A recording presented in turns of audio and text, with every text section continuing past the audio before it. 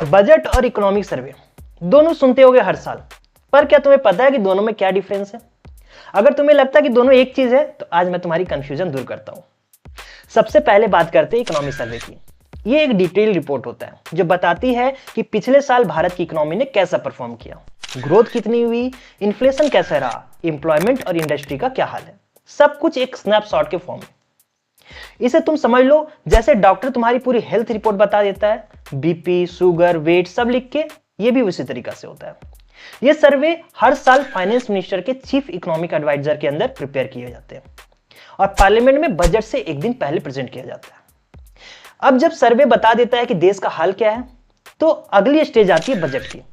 Budget basically एक financial plan होता है जो बताता है कि अगले साल सरकार कहां से पैसा लाएगी, कहां खर्च करेगी, टैक्स पॉलिसी क्या होगी, किस सेक्टर को कितना फंड मिलेगा, गरीबों के लिए स्कीम क्या होंगे, इंफ्रास्ट्रक्चर के और इन्वेस्टमेंट के बारे में सारा चीज यहां डिसाइड होता है।